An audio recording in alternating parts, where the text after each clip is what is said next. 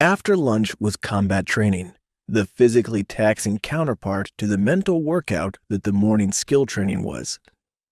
Carl was certain that if they kept this up for much longer, he would be completely exhausted and just operating on autopilot within a few weeks. But Sergeant Rita didn't seem too concerned.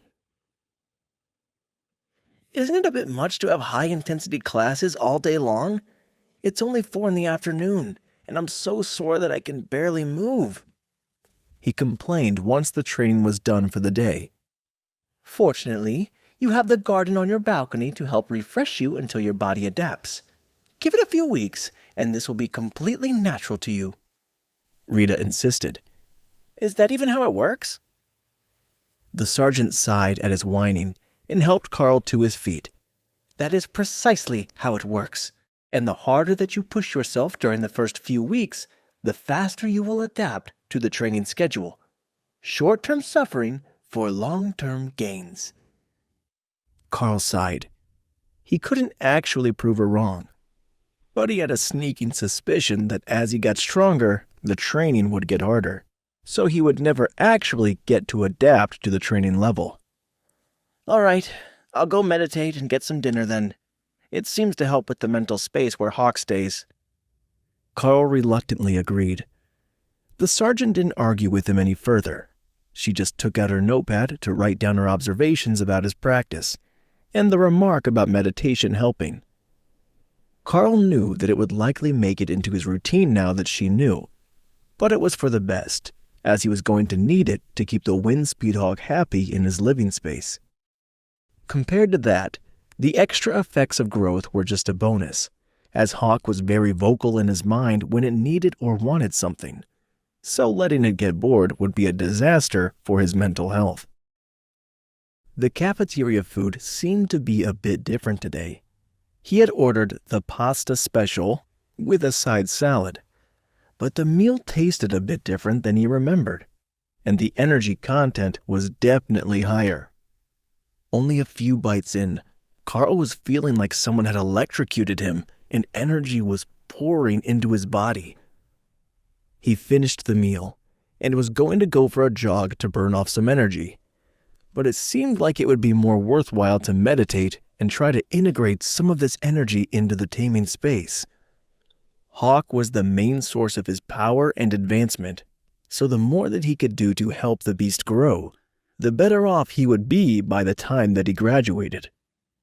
But Carl was beginning to understand why some classes never managed to advance or even unlock their skills.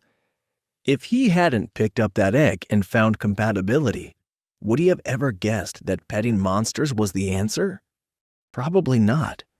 You would have to be an idiot to try, and the academy certainly wouldn't have given him the opportunity to touch a living monster, just on the off chance that it worked and he didn't get killed. Once he settled down in the hammock, his preferred meditation spot, and began to focus the extra energy in his body toward the upgrades for Hawk, he found that the excess was transferred very quickly, and in only an hour, he found himself hungry again. He could meditate as usual, but the tree was growing quickly in that mental space, and there were some blades of grass around it now. If he just kept loading up on energy, he could probably do much better now than he had before. What had changed wasn't clear, but he could ask the kitchen staff if the menu changed. It might just be the meat from a different monster that was more compatible with him. If that was all that it took, he could request it all the time. The kitchen worker looked at him a bit strangely when he returned so soon after a heavy meal, and Carl gave her an apologetic shrug. It seems that with the breakthrough in my abilities over the weekend, I've got some catching up to do. Even an hour of practice leaves me starving. So I hope you don't mind if I stock up on food to go, Carl explained as he began to load plates. Just tell me what you need and I will bring it up in the service elevator, the older woman informed him with a smile. Did you change the recipe for the pasta special? It seemed different than I remember, he replied. Nope, same ingredient batch as last week. We didn't get anything in for that dish. Did you want to try a selection and see what works for you? I know that some of the classes get a taste for new things as they train. The berserkers in particular like extra spicy foods, and the more powerful they get, the spicier they want. That sounds like a great idea. If you can give me a bit of each of the specials to start, I will pick the ones that seem best. Carl agreed. She began to load a plate with a little bit of everything, and Carl took it back to an empty table, where he began to work through them one at a time. The effect was the same as the pasta. His body was just absorbing much more energy from the food than it had been before, and the excess was building up for him to channel into Hawk's surroundings. Carl smiled at the cafeteria lady as he returned his empty plate. I think that the pasta and the meatloaf are the two best specials of the day. But whatever changed in my body, they're all better for my training efficiency. How much do you need for the evening? She asked, lining up plates on her counter.